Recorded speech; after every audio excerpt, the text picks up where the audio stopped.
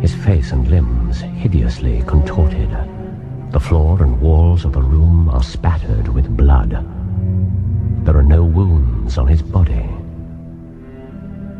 The scarlet thread of murder runs through the colourless skein of life, and our duty is to unravel it and isolate it and expose every inch of it.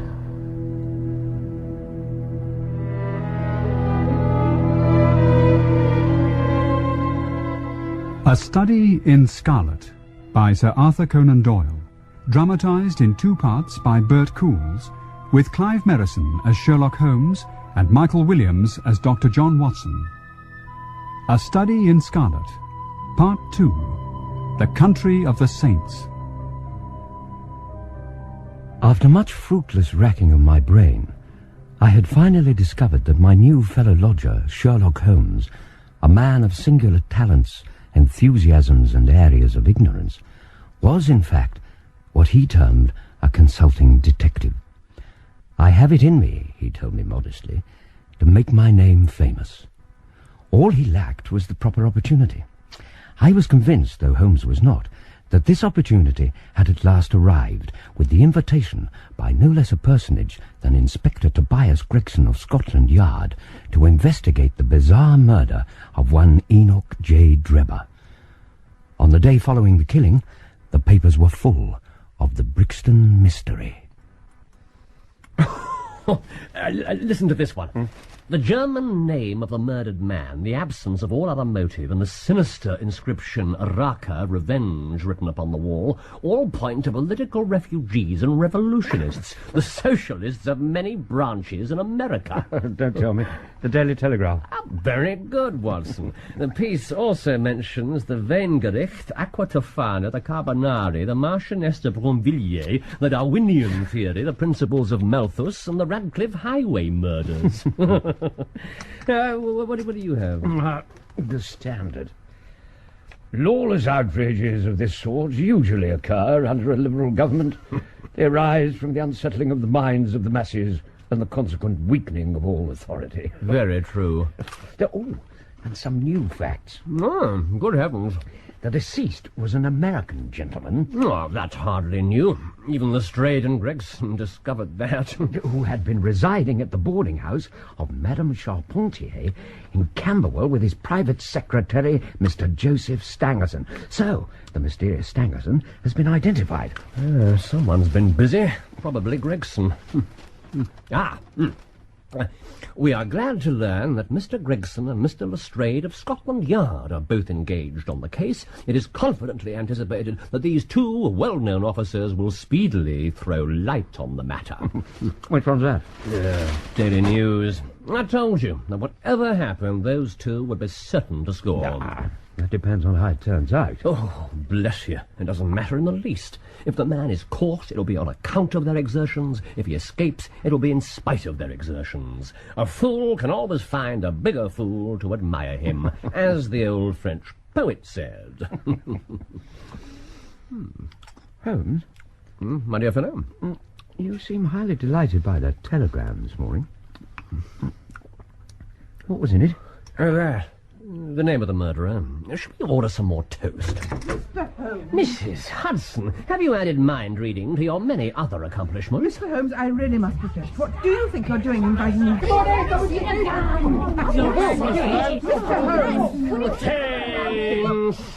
Mr. Holmes, in all my years I have never witnessed such a display. Silence in the ranks. Mrs. Hudson, may I present the Baker Street Division of the Detective Police Force?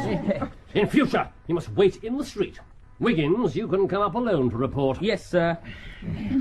Now, was there anything else, Mrs. Hudson? There was not. Right. Have you found it yet? No, sir, we ain't. Well, you must keep on until you do. Here are your wages. Yes, there we are. Now go, and bring back a better report next time. Yes, sir. All right, you lot. Come on. Hold it. Put 'em back, Vicky. I ain't got nothing. Vicky. That's better. So long, gents.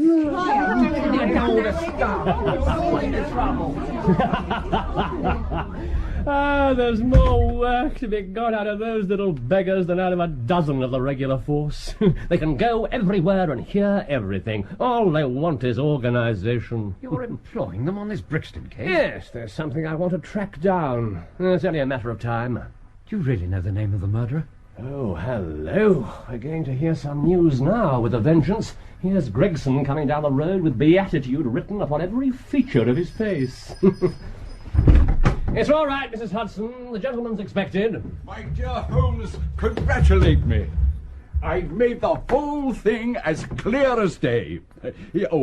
Doctor. Good morning. Do you mean that you're on the right track? The right track? Why, sir, I have the man under lock and key. And his name? Arthur Charpentier. Take a seat, Gregson. Try one of these cigars. Yes, we're anxious to know how you managed it, aren't we, Watson? Well, yes. Of course we are. The fun of it is that fool Lestrade has gone off on the wrong track altogether. He's chasing after the secretary, Stangerson. But he had no more to do with the crime than a babe unborn. Lestrade's probably arrested him by now. My dear Gregson. Thank you, Mr. Holmes. How exactly did you get your clue? Yeah, well, now, I'll tell you all about it. Of course, gentlemen, this is strictly between ourselves. Of course. Oh, yes. Well, the first difficulty was the tracing of this Drebber's movements prior to his murder. Now, you may not remember it, but there was a hat lying beside the body. Yes, made by John Underwood and Sons, 129 Camberwell Road. Oh, I'd no idea you noticed that. Have you been there? No. You should never neglect a clue, however small it may seem. To a great mind, nothing is little. Exactly. Well, I went to Underwood and Sons and had them check back in their books. Now, that hat was bought by a Mr. Drebber and was delivered. That's how I got his address. Smart, very smart. I called upon Madame Charpentier. You know that feeling, Mr. Holmes, when you come up on the right scent, a kind of thrill in your nerves? I do indeed.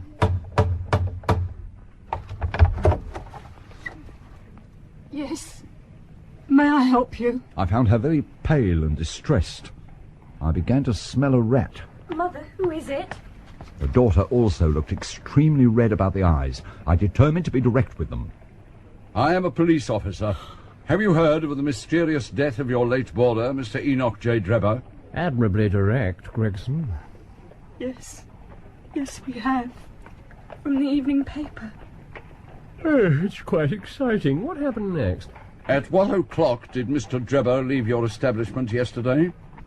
At 8 o'clock. And was that the last you saw of him? Yes. No, it wasn't. Alice. No good can ever come of falsehood, Mother. Let us be frank with this gentleman. We did see Mr. Drebber again. God forgive you. You have murdered your brother. I persuaded Madame Charpentier to make a clean breast of the facts. Now, apparently, this Drebber was a bit of a bad lot, and he and Stangerson were ordered off the premises. The Drebber had returned roaring drunk and made obscene advances towards her daughter. This was witnessed by the son, Arthur Charpentier, who soundly trounced the American and threw him out of the house.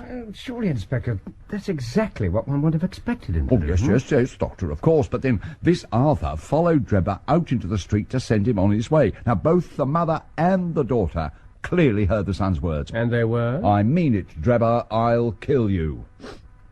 The son didn't return to the house until the early hours of the morning. What is his version of events? Oh, some cock and bull story about just walking away and leaving Drebber lying in the gutter. Were there any witnesses? No, none we can trace.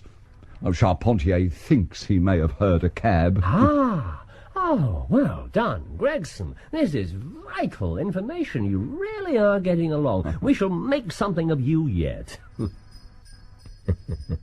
I flatter myself that I've managed it rather neatly. The whole case fits together uncommonly well. Did you say you've arrested Charpentier? Yes, late last evening. No doubt he'll sing a different song after spending the night as a guest of Her Majesty. Perhaps.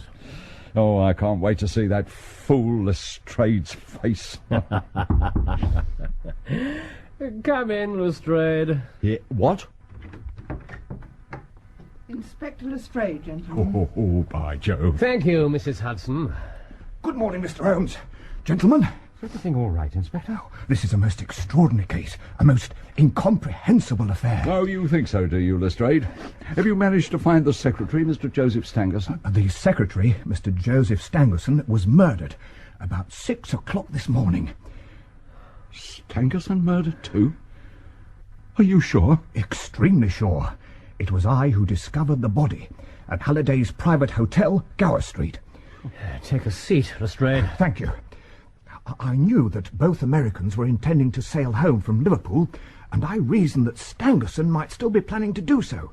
That meant taking a Euston train. I and my men made inquiries at all the private hotels in the area of the station. But there must be over 100. Yes, but I tracked him down about 7 o'clock this morning. It's very early, sir. He'll see me. Are you the gentleman he's been expecting, then? I doubt it. Which room is it? Here we are, sir. Number 23. Right. You can go now. Oh, God! What's the matter? Have you got a pass key? Look, what's going on? Who are you? I'm a police officer. Stand back! What? Oh, my God! I'd seen something that made me feel sick, in spite of my 20 years' experience. A little red ribbon of blood was flowing out from under the door. It had meandered across the passage and formed a pool along the skirting at the other side. And inside the room? The window was open, and beside it, all huddled up, was the body of a man lying in a pool of blood. The porter identified him as Stangerson. But the strangest part of the whole affair, what do you suppose was above the murdered man? The word Raka, written in letters of blood. Exactly as before. Was everything the same, Lestrade? Not quite. This one had been stabbed. Stabbed? A deep wound in the left side. Stabbed. Something must have gone wrong. Oh, I've arrested an innocent man. My suspect was under lock and key at the very moment the real villain was killing again. Don't reproach yourself, Gregson. Your case was basically quite sound. This time, the murderer was seen. You have a witness? Yes. A milk boy saw a man climbing down a ladder at the back of the hotel. He was so open about it that the lad took him for a workman. Did you get a description? The man was unusually tall, well-built, and had a reddish face, exactly as you said he would be, Mr. Holmes. Yes. Did you find anything significant in the room? Nothing. Stangerson's cases were packed. They'd been sent to the yard. There were just a few items lying loose. Here. One cheap novel, which was open on the bedside table. One pipe and one box of matches. They were on a chair. The only other thing was a small ointment box containing a couple of pills. Here. The last link. My case is complete.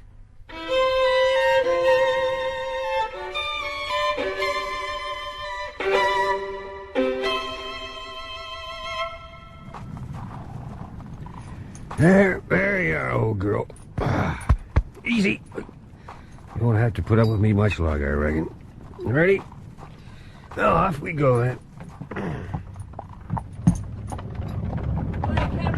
Cabby! Wait, mister. Oh, girl. Oh. Oh, thanks, mister. What do you want, boy? The governor in the office said your name's Hope. Jefferson Hope. Well, what if it is? There's a gent got a job for you. Good money in it, he said. Was this some kind of joke? No, honest, mister. I better not be. All right, where does he live? This gent of yours. Baker Street, 221B, Baker Street. Here's the poor creature, Doctor. You can see he's suffering. I tell the maid I'd ask you to put him out of his misery.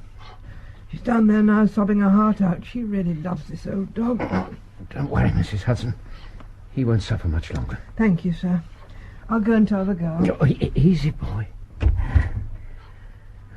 Poor old fella. Now, look, Mr. Holmes, what exactly is all this about? Why have you sent for this animal? Patience, my friend.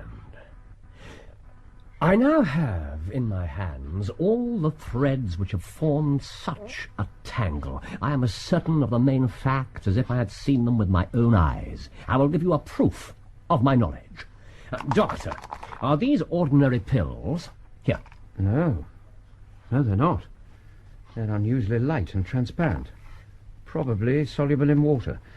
I couldn't really say any more without a proper analysis. I believe we have a quicker method to hand. I shall cut one of the pills in two and put one half safely back in its box. Now, if we put a little water in this saucer, then you will perceive that the doctor is right, and the half pill readily dissolves in it. Mr. Holmes, this may be very interesting, but I cannot see what it has to do with this case. It has everything to do with it. I shall now add a little milk to the mixture to make it palatable. Now, on presenting it to the dog, we find that he laps it up quickly enough. Now, Holmes?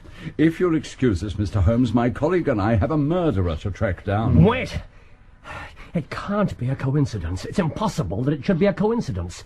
The very pills which I suspected in the case of Drebber are actually found after the death of Stangerson, and yet they're inert. What can it mean? What can it mean?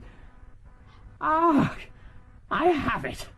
I have it! The other pill. The other pill. Cut it in two. More water. Yes, dissolve it. Milk. Stir. Right. Here you are, boy. Try this. Look, Watson. Look. Gregson. Lestrade. What's the matter with the animal? Ha-ha! It's dead! It's dead! My God! Good Lord. Poor creature. Of the two pills in the box, one was the most deadly poison and the other was entirely harmless. Oh, I ought to have known that before I ever saw the box at all. I'll have that pill box back, if you please. And now look here, Mr. Holmes, we are all ready to acknowledge that you're a smart man and have your own methods of working, but we want something more than theory and preaching now. It's a question of taking the man. Gregson made his case out and he was wrong. I went after my man, Stangerson, and I was wrong too. You've thrown out hints here and hints there, but can you name the man who did it? Any delay in arresting the killer might give him time to strike again. The doctor's quite right, sir. There will be no more murders. You can put that consideration out of the question. You ask me if I know the name of the assassin. I do. Then it's your duty to... The mere knowing of his name is a small thing, however, compared with the power of laying our hands upon him. Give us the name, Mr. Holmes. If this man gains the slightest suspicion that the official force is onto him, he would change his name and vanish in an instant. You would be powerless to trace him. And now look here, sir, this is not good enough. You must give us the name. No. I cannot. Yes. What is it, Mrs. Hudson? Someone for you, Mr. Holmes. Beg pardon, sir. Oh, really? Yes, Wiggins. I've got a cab downstairs. Oh, good boy. Here. Oh, thanks, sir. The cabman may as well help me with the boxes. Ask him to step up, Wiggins. Yeah, right away, sir. What's this about, Mr. Holmes? I hope you're not planning to leave the capital. Doctor, be so good as to fetch my handcuffs. Your handcuffs? In my writing desk, right-hand drawer. Oh, certainly. Here you are. Mr. Holmes. Why don't you introduce this pattern at Scotland Yard? Look, they fasten in an instant. The L pattern's quite good enough, if we can only find the right pair of wrists to put them on. Very good, very good.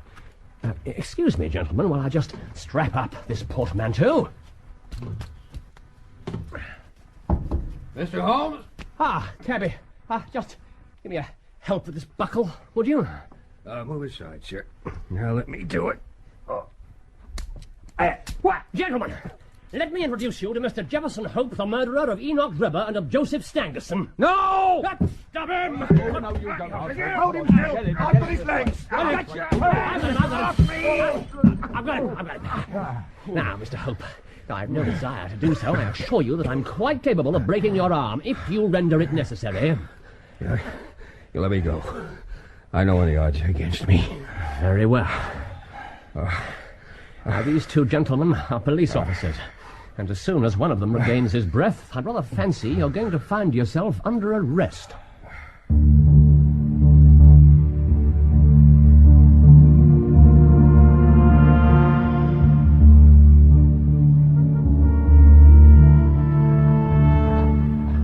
Are you all right up there, Lestrade? Everything well under control. If he ever leaves the force, he's got a second career ready and waiting. I heard that. Are you in much pain? No one worse. Mr. Holmes, is it? Sherlock Holmes. Well, Mr. Sherlock Holmes, if there's a vacant place for a chief of the police, I reckon you're the man for it. It's quite enough from you, Hope. Oh, really, Gregson? It was the ring that gave it to me, of course. That and the wheel marks in the mud of the Brixton Road. If that night had been dry, I never would have found you, Hope. Can't we save this till we get to the yard, Mr. Holmes? The marks in the road showed me that the horse had wandered on slightly between arriving and departing. That would never have happened if anyone had been in charge of it. It was clear from the footprints that only 2 men were ever there, so it followed that the driver of the cab was also the murderer. But how the devil did you know my name? As I said, through the ring. It was a question of motive. Despite your clumsy attempt to implicate German radicals, it was clear that the murderer... papers had been full of secret societies and the like. I thought it might throw you off the scent. Well, it didn't. Carry on, Mr. Holmes. Political assassins are only too glad to do their work and to fly, whereas this murder had been done most deliberately. So it was a private matter. Since a woman is usually involved somewhere in these affairs, the ring merely confirmed what I'd already decided. I wanted the last thing that villain saw to be Lucy's ring. The ring he forced on her finger. Keep it for the official statement, Hope. So, Gregson, I did what you neglected to do. What? I telegraphed to the Cleveland police for information concerning Drebber and trouble over any woman. The answer was conclusive. He at once applied for the protection of the law against one Jefferson Hope, a rival in love. Love! Love! I wish I could have seen him die. 10 times over. Let me examine you. Leave me alone. Come on, man. I do what you like. We must get to Scotland Yard as quickly as we can. This man is seriously ill. How long have you known? It's been getting worse for years. Have you seen a doctor recently? Last week. What did he tell you? Now, what do you think he told me? I'm afraid he was quite correct. Oh, what do I care? I've done my work. Look, Doctor, what exactly is all this about? Mr. Hope has an aortic aneurysm. What does that mean? It means, Gregson, that he could die at any moment. Good Lord. Is that right, Doctor? Yes, quite right. It's a failure of the main blood vessel leading from the heart. It swells up and eventually bursts. There's no cure. I got it from overexposure and underfeeding in the Salt Lake Mountains. I don't care how soon I go, but I should like to leave an account of this affair behind me. I don't want to be remembered as a common cutthroat. Lestrade, what do you think? Well, he's obviously seriously ill. If we take a statement from him now, it's quite likely to be thrown out of court as unreliable. Or coerced. On the other hand... Exactly. Jefferson Hope. I am Inspector Tobias Gregson, and this gentleman is Inspector Giles Lestrade. You are at liberty to make your statement to us, but I am obliged to warn you that it will be taken down and may be presented in evidence at your trial. Very well. I'm on the brink of the grave. I'm not likely to lie to you. Every word I say is the absolute truth. I have to start some 40 years ago. In the whole world, I doubt if there's a more dreadful place in the great Central American desert. It's nothing but death, desolation. But if you'd been there, gentlemen, on one particular day all those years back, you'd have seen something moving, something alive. Hush, child, hush. That's it. There's no sense in crying now, child. It ain't gonna help. The man's name was John Ferrier. The child was called Lucy. Baby, we'll find a river by and by. John Ferrier told me once that he carried that baby 3 days, 3 nights across the plains. Both their parents were dead, along with the rest of the wagon train. And he looked after her like she was his own. But they never did find that river. Here, drink this. Oh, slowly. Just a sip. That's it. A baby. She's asleep, peaceful as you like. God be praised. Amen. Amen. Shh. Don't try to speak. You're safe now. Safe? What are you people doing in this wilderness? Who are you? We are the persecuted children of God, the chosen ones of the angel Moroni. We are the people of the holy Joseph Smith and his prophet. God in heaven, you're the Mormons. We are the Mormons. 10,000 of them there were, trekking across the desert, looking for their promised land. And they'd found John Ferrier and the babe. I suppose you'd have to call it a miracle. As soon as he was able to walk, he was taken to one particular wagon. It was bigger and finer than the rest. Welcome, John Ferrier. I have been told your story by Brother Stangerson, who found you, and to whom you owe your life and that of the child. I'm grateful to him, to all of you. Are you the leader? We are led by the hand of God. Amen. Of course. If we take you with us, it can only be as believers in our own creed. We shall have no wolves in our fold. Will you come with us on these terms? I guess I'll come with you on any terms. Brother Stangerson? Prophet? Let it be your task to teach him our holy creed. Come, Brother Ferrier. You're in my care now. My wives will see to your needs. Brother Stangerson. Remember that now and forever you are one of us. Brigham Young has said it, and he speaks with the voice of Joseph Smith, which is the voice of God. I guess we can skip a good few years. John Ferrier recovered from his ordeal well enough. Distinguished himself as a guide, hunter. Lucy, well, I'll come to Lucy in a minute or so. When they finally stopped their wanderings, Ferrier was granted as good a stretch of land as any of the men, save Young, of course, and excepting the 4 elders, Kemble, Johnson, Stangerson, and Drebber. His name was known, respected, but for all the respect, there was one thing about John Ferrier that offended the rest of the Mormons. I will not do it, Lucy. I've gone along with all the rest, but that... No, don't distress yourself, Father. They cannot compel you. Oh, you're right, child. Let them say what they will. What are they saying? They say I'm not a true follower of the faith, or that I care only for money, and the real reason I refuse to take any wives is because I begrudge the expense. A friendlier ones say I hold myself single in memory of a long-lost love who pined away on the shores of the Atlantic. Oh, how romantic. You sweet child. Though the fair Lucy was no longer a child. I was a prospector in those days. Come to the city to raise capital to work some lodes I discovered. That day I met Lucy. I don't know, gentlemen. It was as if a whole new stretch of land had been opened up in front of my eyes that I never knew existed. And I was a strong-willed young man. Whatever I undertook, I was accustomed to success. Lucy! Jefferson! Lucy, listen. I have to go away. Go away? Well, for a month. 2 at the most. 2 months? No, you can't. I'll die. You'll not die.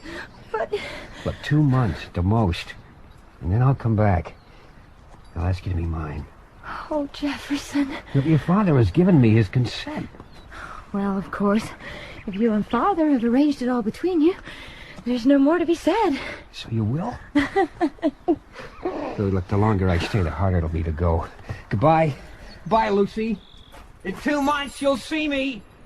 Goodbye, my love. Less than 2 months.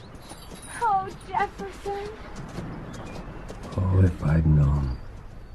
If I'd had the smallest suspicion. Do you think I would have ridden away like that? Do you? Do you? Easy. Here, drink this.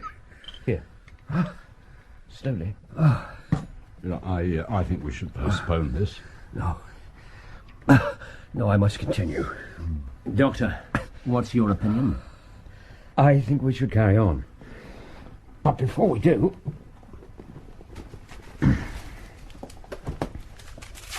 What are you giving him? I must have the name of that powder, Dr. Watson. It's only a mild painkiller.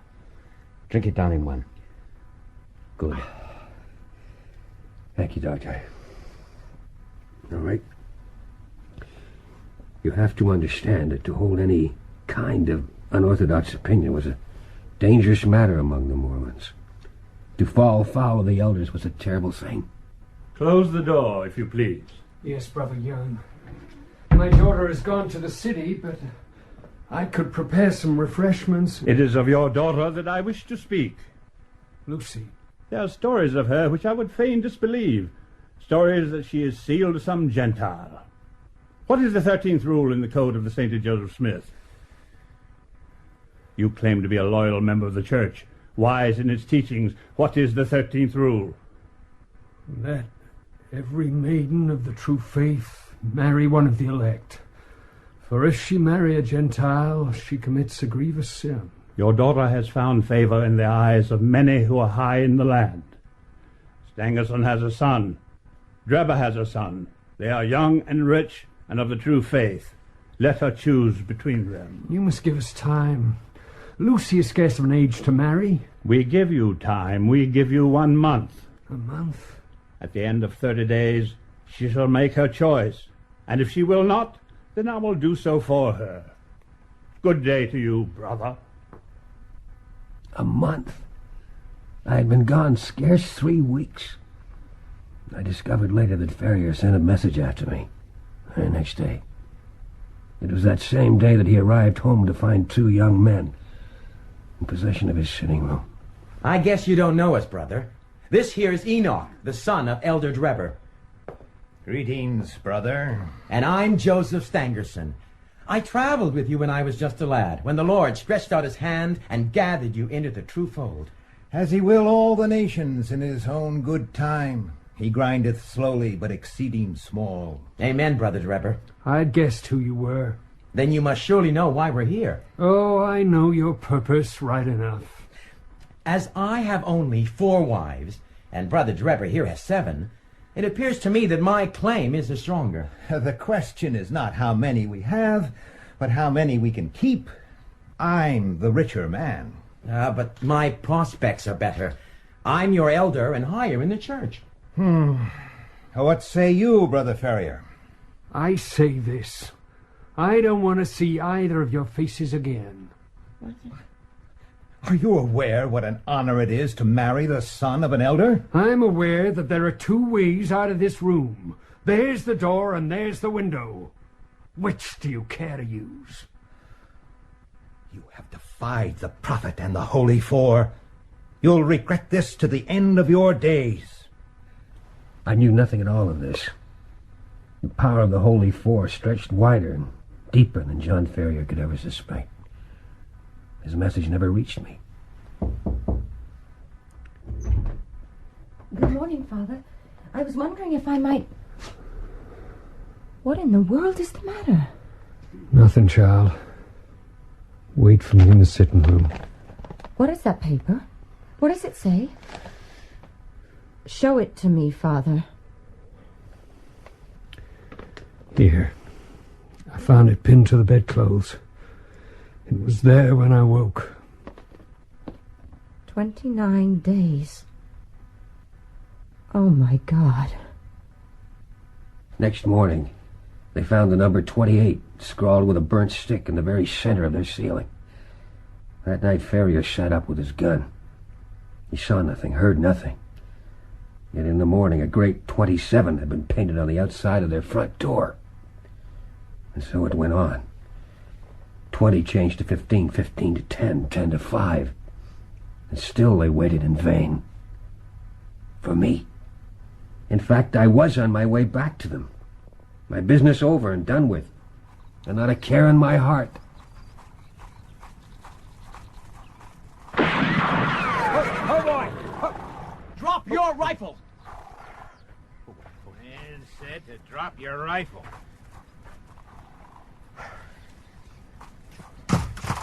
Get off your horse. He sure doesn't look much, does he, brother? Look, if you're planning to... Oh! That's enough, Drebber. Drebber, I'll remember that name. If you're planning to rob me, get on with it. Oh, we're planning to rob you, all right. Leastways, one of us is. But not yet. In 4 days' time. What do you mean? 4 days? Jefferson Hope. You know me. What is this? Keep your filthy heathen hands off the Ferrier girl. Lucy! Yeah, she's meant for better than you, Hope. Me, for instance. Or my friend here. Pretty soon that trim little body's gonna be cuddling up to one of us. You bastard! You will show respect to us. I am Joseph Stangerson, first son of Elder Stangerson. When you speak to me, you speak to the prophet himself. Stangerson? Drebber and Stangerson. That for your prophet! And I hoped you were going to be reasonable. Teach him how to be reasonable, Brother Drebber. My pleasure, Brother Stangerson. Oh! Oh!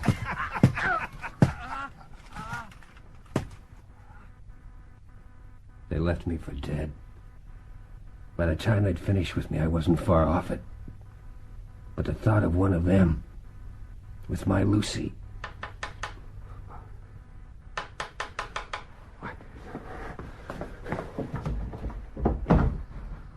Who's there? I warn you, I'm armed. Quiet! For the love of heaven! Good God, you nearly had my gun in your face. For pity's sake, get me inside. They're all around the house. The devil they are.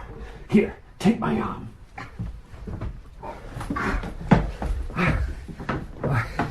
Give me something to drink. Oh, my God. Oh. Here. Oh, God, it's good. John, is Lucy all right? Jefferson! Who did this to you? Drebber, Stangerson, I've got to get both of you away. Tonight. I can be dressed in a moment. What should we take? Food. And as much water as we can manage. I'll see to that. Hurry, buddy.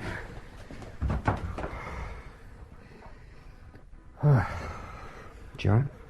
What is it, son? This house, the farm. Everything you worked for. What's that to me? Give me a hand with the food. The watchers were concentrating on the front and the rear of the house. We climbed out the side window while the moon was hidden by the clouds.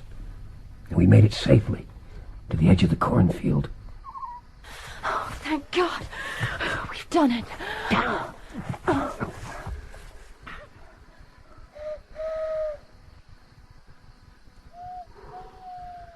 They're everywhere.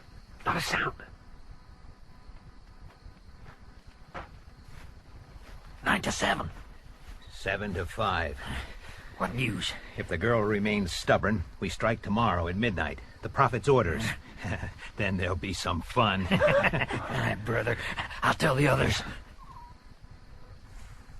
Oh, is it safe to move on? We must. Everything depends on speed. I had 3 horses waiting. All night we kept moving, all next day. Most the next. But then our food was gone. I wasn't worried, though. There was game aplenty in the mountains. We were high up above sea level. The air was bitter. Let me go. No. No, you rest while you can. I'll not be long. Be back before full dark. Depend on it. We'll have a quick meal and move on. This time tomorrow, we'll be in Carson City. And safe. I had to tramp a couple of miles or more before I had any luck with my rifle. The last of the light was dying by the time I got back. Hello? Lucy? John? We'll feast tonight!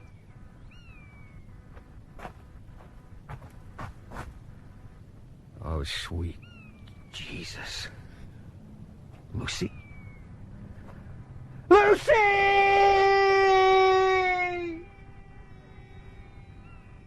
I found John Ferrier at the edge of the clearing. He'd been beaten like an animal, and shot. Lucy wasn't there. Were you able to build up any picture of what happened? Not until the next morning. I saw the tracks. A lot of men on horseback. They'd come up behind us, along the path, and they'd turned back towards Salt Lake City.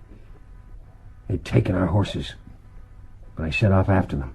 How long did it take you? 6 days. By the time I reached the city, I must have looked a wild sight. I stayed in the shadows. The streets were hung with flags. They were celebrating the marriage of an elder son. All I heard was talk about the great rivalry between these two fine young men. On the very day I got there, the prophet had given my Lucy to Enoch Drebber. What did you do? I went back into the mountains.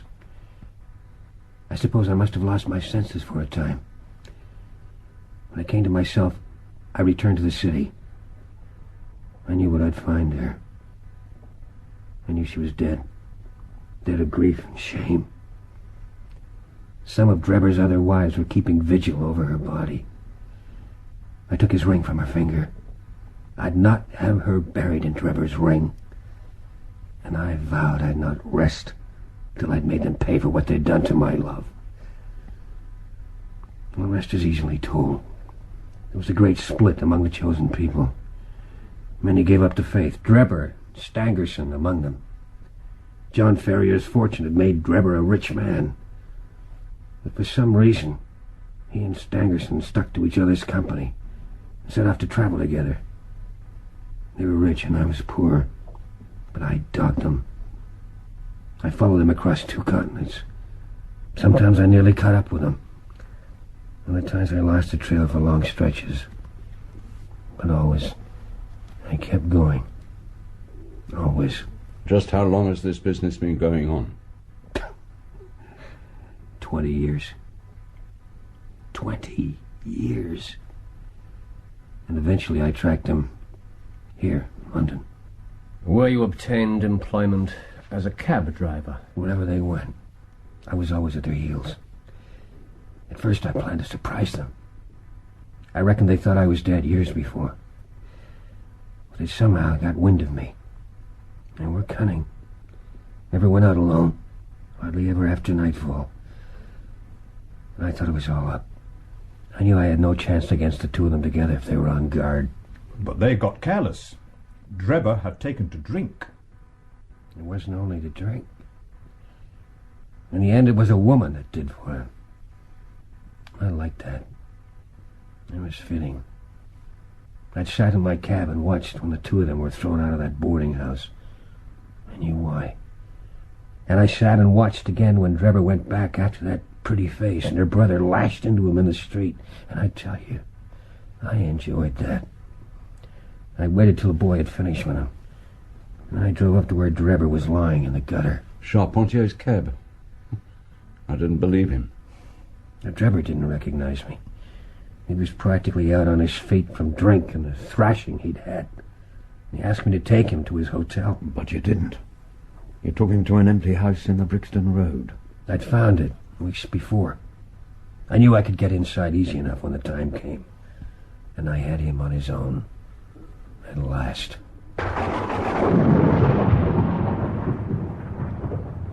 This is my hotel. Cabby, it's damn dark here. Now, Enoch Drebber. Huh? Who am I? What? What do you mean? Who are you? I don't know you. I've never seen.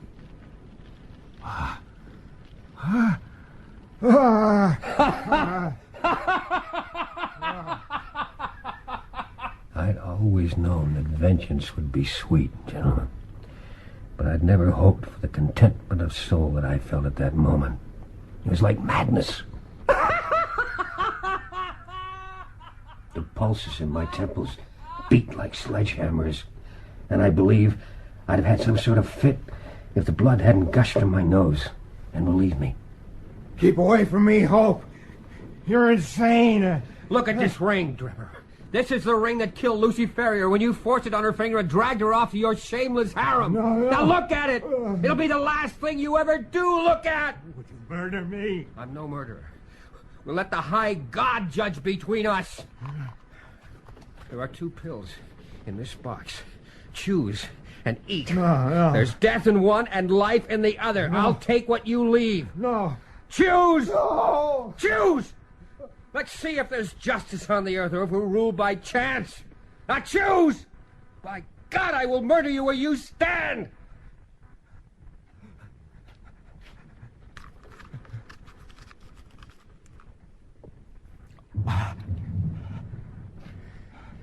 Very well. It's done. Now this one's for me.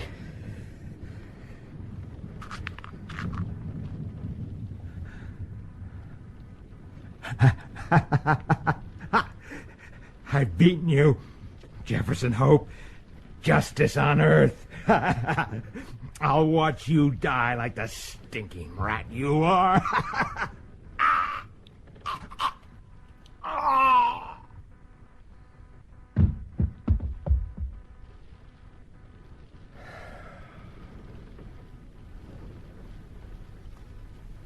That's how Henry Drebber came to his end.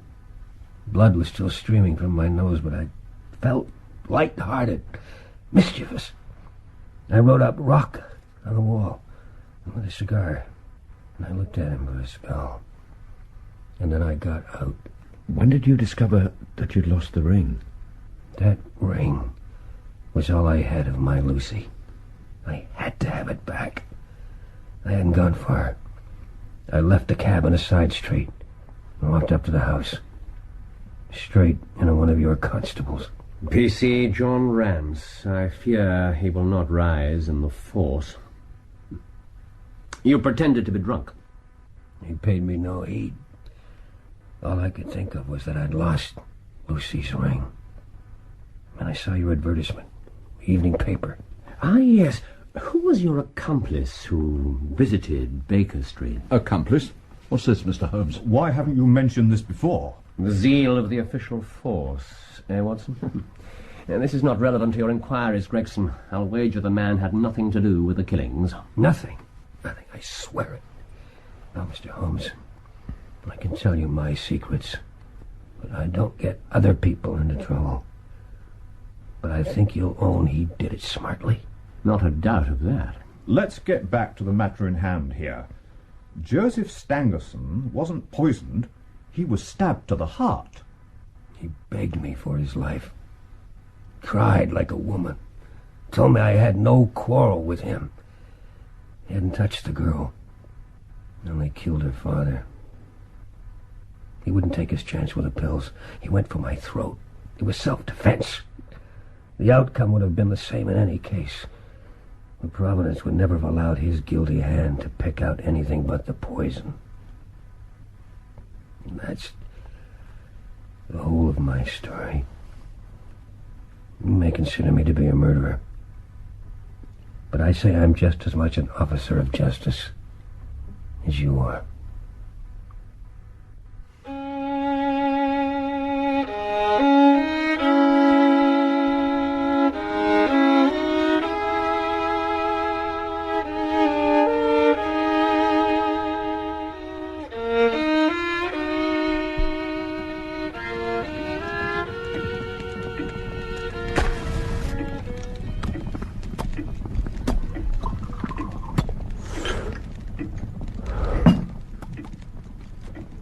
I still find it hard to believe. If someone had said to me 2 weeks ago that I was going to find myself caught up in a murder investigation. What an extraordinary affair. Thank you, Doctor. It's even more extraordinary than you know. Mm-hmm. Look at this. It's from Gregson. Arrived just before dinner. Good Lord. That's incredible. He must have died while we were actually on the way back here. He hung on to life until his story was told. Power of the mind. Amazing. Making his statement was as important to him as exacting his revenge. You really think so? Oh, yes, yes. What other reason could he have had for giving himself up? What did you say? Oh, Watson, think. Wiggins led Hope to the very same rooms where, not 12 hours before, his accomplice had been given a patently false wedding ring. He must have known it was a trap.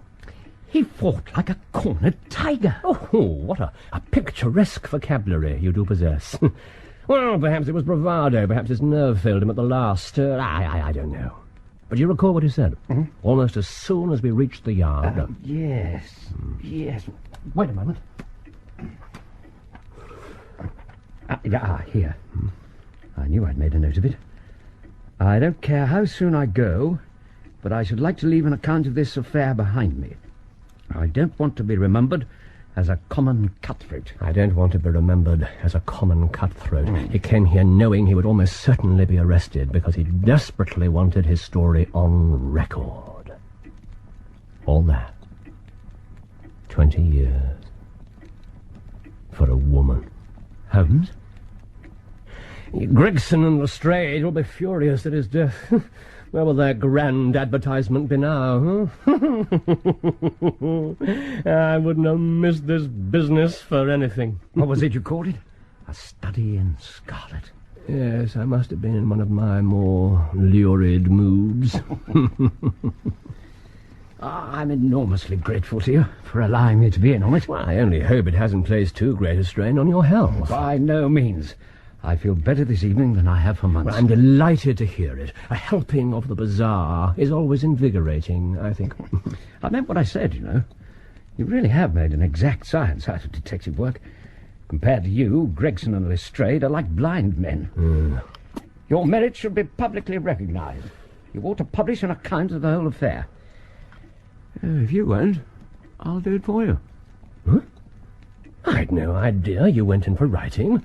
I thought your literary activities were confined to compiling lists of my shortcomings. Please, let's not go through that again. I didn't know you then. And now you do. Come on. A study in Scarlet. I'll make a marvellous story. It has adventure, suspense, romance, everything. Well, what do you say? I say... Come in, Mrs. Hudson. The evening papers, gentlemen. Special late edition. Oh, thank you. Just throw them down somewhere. I shall do no such thing. There you are. Nice and tidy. Good evening, Mr. Holmes. Dr. Watson. You shouldn't tease her. She's a good woman. A good woman. I was once introduced to a woman universally praised for her charity work amongst the poor. She subsequently proved to have dispatched 3 wealthy husbands by methods I will not relate so soon after your consumption of Mrs. Hudson's baked apple dumplings. I'm most grateful. Look, what were you about to say? Holmes, what's wrong? Listen to this. The public have lost a sensational treat through the sudden death of the suspected murderer Jefferson Hope. That news got out quickly. Gregson and Lestrade. I might have known they'd find a way to transmute their failure into success and their mediocrity into genius. They couldn't wait to parade themselves before their adoring public and soak up its applause. Oh, now, come on. It is an open secret that the credit for the capture of this vicious and dangerous criminal belongs entirely to the well-known Scotland Yard officials, Messrs. Lestrade and Gregson. The man was apprehended... Well? Yeah, read it for yourself. The man was apprehended in the rooms of a certain Mr. Sherlock Holmes, who, under their instruction, has himself shown some small talent as an amateur detective. Under their instruction... Keep reading. With such teachers, Mr. Holmes may well hope, in the fullness of time, to attain some degree of their skill and professional expertise. Didn't I tell you so before we started? This is outrageous. I'm going to bed. This whole report is a downright tissue of lies. I've a good mind to go straight round to Fleet Street and demand that they publish a retraction when they've heard my version of the facts. Watson? Yes? Why don't you put these newfound energies to more productive use? I beg your pardon? Write your book, Doctor. Write your book.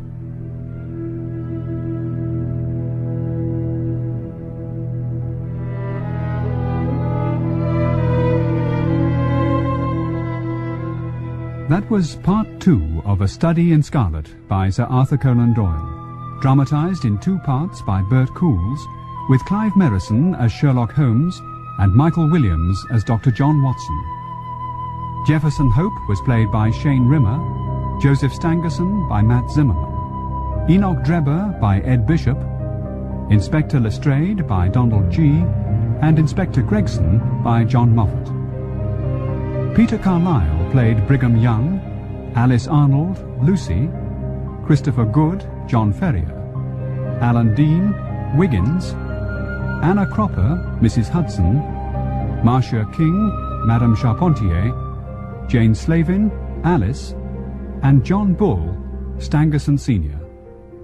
Other parts were played by members of the cast. The violinist was Alexander Balanescu. A Study in Scarlet was directed by Ian Cottrell and produced by David Johnston.